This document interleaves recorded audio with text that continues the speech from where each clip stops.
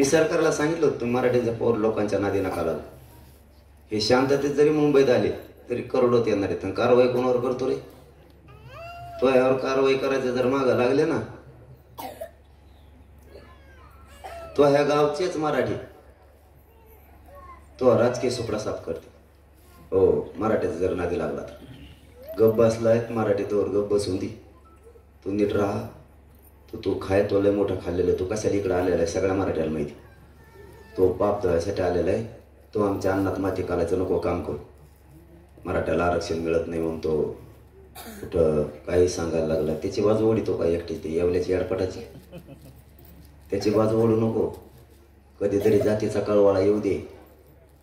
नशिबाने या जातीत जन्म घेतलाय. कमीत कमी या जातीसाठी एखादा पाऊल उचल. नुसतं स्वतःच्या स्वार्थाचा नको पाऊल उचलू. जर तू स्वतःच्या स्वार्थाचं पाऊल उचलायला गेला ना, मराठी राजकीय करिअरमधून जिंदगीतून तुला उठवी देईल.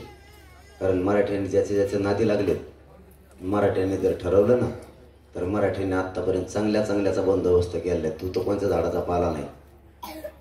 तुझ्यावर मराठी आणखीन बोललेले नाहीत. पण तू जर तुझं जुनं पोटातलं पाप दाखवायचा प्रयत्न करायला लागला ना, आणि तुझी गटारगंगा पोटातली ते विचार जर तू मराठ्यांपुढं वकायला लागला ना, तर मराठी तुला नीट करायला सुद्धा मागं पुढं बघणार नाही. त्यांनी भानावर आलं तर बरं होईल. इथून पुढं बोलला की त्याला टप्प्यातच घेणार आहे. मी सुद्धा सोडणार नाही. जर त्याने उद्या आज काल बी बोलला आज बी बोलला असं मीडियाच्या बांधवाच्या माध्यमातून कळाले, गप बसला तर ठीक. नाहीतर उद्यापासून तुझ्या सुद्धा मागा लागणार.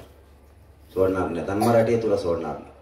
मराठीचे शेत असल्यात मग असं देतात म्हणतात, मला माहीत नाही पण म्हणतात लोक. ते येवल्याचे एडपट नाही का पिशीच घेऊन येणं सगळं बाजाराची.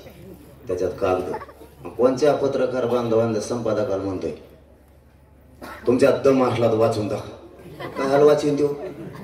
पोरं इतके बेकार आहेत. झाडाखाली बसत लिंबाच्या इतकी घाण शिलीत आहेत. 2 दिवस भाकर जात नाही बा माणसाला इतकी खूप शिली. एबीपी माझा, उघडा डोळे बघा नीट.